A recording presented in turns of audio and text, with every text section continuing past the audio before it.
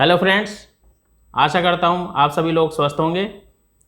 मैं doctor Manish Sharma, senior consultant orbit clinic Ghaziabad, आपका अपने YouTube channel doctor Manish Sharma Ghaziabad में फिर से स्वागत करता हूँ।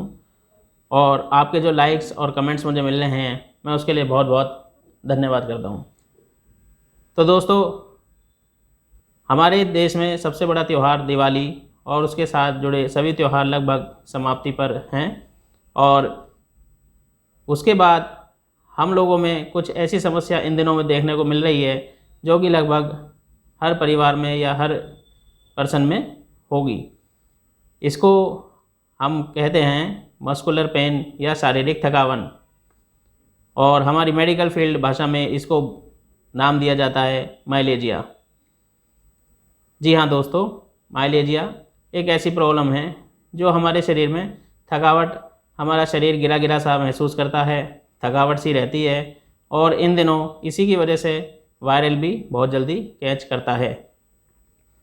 और इन दिनों देखने को मिल रहा होगा हमारे सभी त्यौहार के बाद वायरल्स में लगभग सर्दी खांसी जुकाम में लोग परेशान हैं। तो दोस्तों, ये माइलेजिया एक ऐसी समस्या है जो हम लगभग घर पर ही बैठकर इसको रिज़ॉल्व कर सकते हैं। और फिर भी अगर नहीं हो पाती है तो हम इसको कुछ मेडिकेशन या होम्योपैथिक ट्रीटमेंट द्वारा लेकर इसको जल्द से जल्द दूर कर सकते हैं। तो आइए जानते हैं माइलेजिया के बारे में। माइलेजिया का जो कारण है वो लगभग 3-4 कारण हैं, जैसे कि कोई इन्फेक्शन होना, जैसे सर्दी खांसी जुकाम बुखार होना, उसकी वजह से माइलेजिया शरीर में थकावटपन आ जाता है। दूसरा है कोई हमें इंजरी होना, जैसे हमें कोई एक्यूट इंजरी हुई है या हमारी कोई क्रोनिक इंजरी है, वो हमें इन दिनों परेशान करती है, शरीर में दर्द करती है। और तीसरा, हमारी कोई हेल्थ प्रॉब्लम हो सकती है, जैसे कोई क्रोनिक प्रॉब्लम हमारे साथ जुड़ी हो, जैसे ऑटोइम्यून डिजीज़, रूमेटिक अर्थराइटिस, कुछ ऐसी प्रॉब्लम्स हैं जो इन दिनों में अक्सर बढ़ जाती हैं जब हमारा ये मौसम परिवर्तित होता है। और चौथा एक कारण हो सकता है हमारे शरीर में विटामिन डी की कमी होना, जो कि एक आजकल आम बात हो गई है। विटामिन डी की कमी की वजह से हमारे शरीर में बहुत ज़्यादा लेथार्जीनेस, मतलब थकावट महसूस होता है। अगर आपने बहुत लंबे समय से विटामिन डी नहीं लिया है तो आप उसका सेवन कर सकते हैं, या अपना चेक करा के विटामिन डी, उसके बाद आप विटामिन डी ले सकते हैं। क्योंकि आजकल हमें सन एक्सपोजर और हमारी फ़िज़िकल एक्सरसाइज अब नहीं हो पाती है, इसीलिए आप इसको एक बार चेक करा के विटामिन डी अपने हिसाब से या किसी डॉक्टर द्वारा कंसल्ट करके ले सकते हैं। तो दोस्तों, ये माइलेजिया 2 प्रकार का होता है, एक एक्यूट और एक क्रोनिक। तो एक्यूट में कोई भी हम अगर नई एक्सरसाइज शुरू करते हैं या हम कुछ ऐसा काम कर लेते हैं जिसकी वजह से हमें थकावट हो जाती है, तो वो एक्यूट में आता है। और वो कम से कम हमें 5 मिनट से लेके आधे घंटे के अंदर ही अगर हम रेस्ट करें तो उसमें आराम मिल जाता है। दूसरा आता है क्रोनिक माइलेजिया। इसको हम अपनी भाषा में DOMS भी कहते हैं, मतलब डिलेड ऑनसेट मस्कुलर सोरनेस।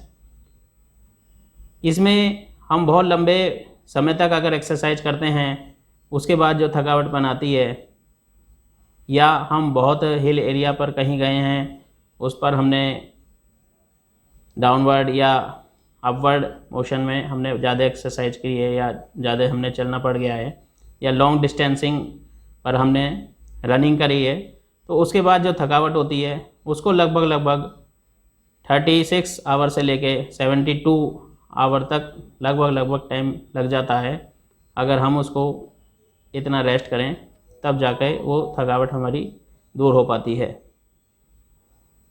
और इसके साथ साथ हम इसमें जो सिम्टम फील करते हैं, उसमें सबसे ज़्यादा सिम्टम जो हमारे अपीयर होते हैं उसमें जॉइंट पेन होना, दूसरा मस्कुलर क्रैम्प्स होना, तीसरा मस्कुलर स्पाज्म आना।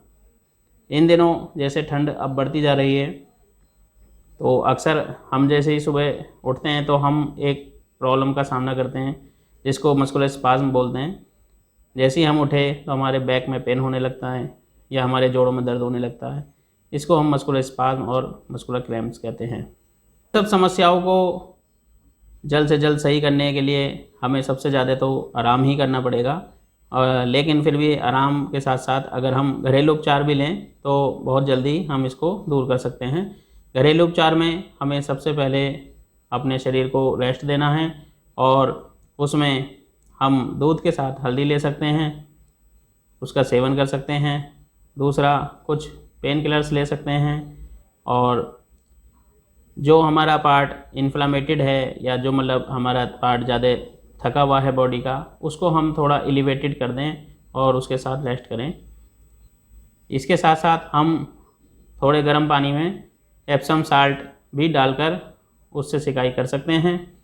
और तीसरा, हमें आइस पैक से अपने इन्फ्लामेशन को कम करना है और दूसरा, हीट पैड से ब्लड का फ्लो बढ़ाना है, जिससे जल्दी जल्दी हम इसको बदल कर हीट पैड और आइस पैक लगा सकते हैं, जिससे हमारी मसल्स बहुत जल्दी रेस्ट में आ जाती हैं। और इसके बाद हमारा होम्योपैथी और इसके साथ फिजियोथेरेपी, मसाज करना या एक्यूपंक्चर या एक्यूप्रेशर के द्वारा भी हम सहारा ले सकते हैं। और फिर भी अगर इन समस्याओं के बाद इनका इलाज नहीं हो पाता है तो आप हमसे संपर्क कर सकते हैं। नीचे दिए गए डिस्क्रिप्शन बॉक्स में हमारी सभी तरीके की जानकारी दी गई है। आप हमें कॉल कर सकते हैं, ऑनलाइन कंसल्टेशन ले सकते हैं या ऑफलाइन भी कंसल्टेशन ले सकते हैं। तो दोस्तों, आशा करता हूँ मेरी ये छोटी सी जानकारी आपको पसंद आएगी और आप इसको लाइक, शेयर और सब्सक्राइब करेंगे। इसी के साथ साथियों, धन्यवाद।